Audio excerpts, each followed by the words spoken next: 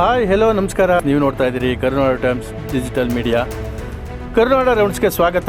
Mandya car ಅಪಘಾತ ಪ್ರಕರಣಕ್ಕೆ ಹೊಸ ತಿರುವು. ಇದು ಅಪಘಾತವಲ್ಲ, ಕೊಲೆ ಎಂದು ಯುವತಿಯ ತಾಯಿ ಗಂಭೀರ ಆರೋಪ. ಬೆಂಗಳೂರು ಪೊಲೀಸ್ ವ್ಯವಸ್ಥೆಯಲ್ಲಿ ಮೇಜರ್ ಸರ್ಜರಿ, 5 ಹೊಸ ಪೊಲೀಸ್ ಆಯುಕ್ತರ ನೇಮಕಕ್ಕೆ ಬೃಹತ್ ಯೋಜನೆ. ಹಾಸನ ಜಿಲ್ಲೆಯ ಬೆಳ್ಳೂರು ಬಳಿ ಕಾರಿನ ಮೇಲೆ ಕಾಡಾನೆ ದಾಳಿ, ಚಾಲಕನ ಸಮಯ ಪ್ರಜ್ಞೆಯಿಂದ ಕುಟುಂಬ ಅಪಾಯದಿಂದ ಪಾರು. ಸಚಿವ ಸ್ಥಾನ ಕೈತಪ್ಪಿದ ಬೆನ್ನಲ್ಲೇ ಕಾಂಗ್ರೆಸ್ನಲ್ಲಿ ಅಸಮಾಧಾನ ಹೊಗೆ. ರಾಜೀನಾಮೆ ಎಚ್ಚರಿಕೆಯಿಂದ ಹೈಕಮಾಂಡ್ಗೆ ಹೊಸ ತಲೆನೋವು.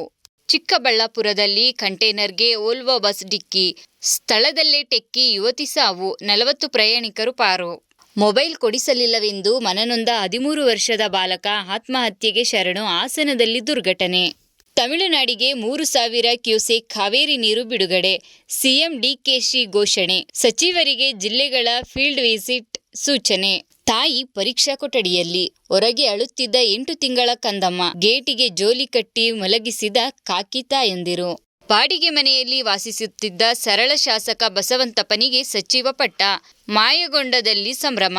5.50 ಲಕ್ಷ ಲಂಚ ಸ್ವೀಕರಿಸುತ್ತಿದ್ದಾಗ ಹುಣಸೂರು ಎಸಿ ಲೋಕಾಯುಕ್ತ ಬಲೆಗೆ. ಕಂದಾಯ ಪ್ರಕರಣದ ವಿಚಾರಣೆಯಲ್ಲಿ ಬಿಗ್ ಆಕ್ಷನ್. 50ನೇ ಸಿನಿಮಾದ ಸಂಭ್ರಮದಲ್ಲಿ ಪ್ರಿಯಾಂಕಾ ಉಪೇಂದ್ರ.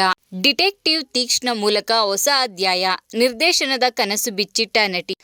ರಾಜ್ಯದಲ್ಲಿ ವರುಣನ ಅಬ್ಬರ, ಭರ್ತಿ ಹಂತ ತಲುಪಿದ ಜಲಾಶಯಗಳು, ಹಲವು ಸೇತುವೆ ಸಂಪರ್ಕ ರಸ್ತೆಗಳು ಜಲಾವೃತ. ಕಾನ್ಸ್ಟೇಬಲ್ ಪರೀಕ್ಷೆ ಬರೆದ ಕೆಲವೇ ಗಂಟೆಗಳಲ್ಲಿ ವಿಧಿಯಾಟ, ಹಾಸನ ಯುವಕನ ದಾರುಣ ಹತ್ಯ. ಪ್ರೆಗ್ನೆನ್ಸಿ ಗ್ಲೋನಲ್ಲಿ ಮಿಂಚಿದ ಸಮಂತ, ಹೊಸ ಫೋಟೋಗಳಿಗೆ ಅಭಿಮಾನಿಗಳಿಂದ ಮೆಚ್ಚುಗೆಯ ಮಹಾಪೂರ. ರಾಹುಲ್ ಗಾಂಧಿ ಪ್ರಧಾನಿಯಾಗಲಿ ಎಂಬ ಸಂಕಲ್ಪ. ನಾಗಮಂಗಲದಲ್ಲಿ ರಾಗ ಫಾರ್ ರೈಸ್ ಆಫ್ ಇಂಡಿಯಾ ಪಾದಯಾತ್ರೆಗೆ ಕಾಂಗ್ರೆಸ್ನಿಂದ ಭವ್ಯ ಸ್ವಾಗತ.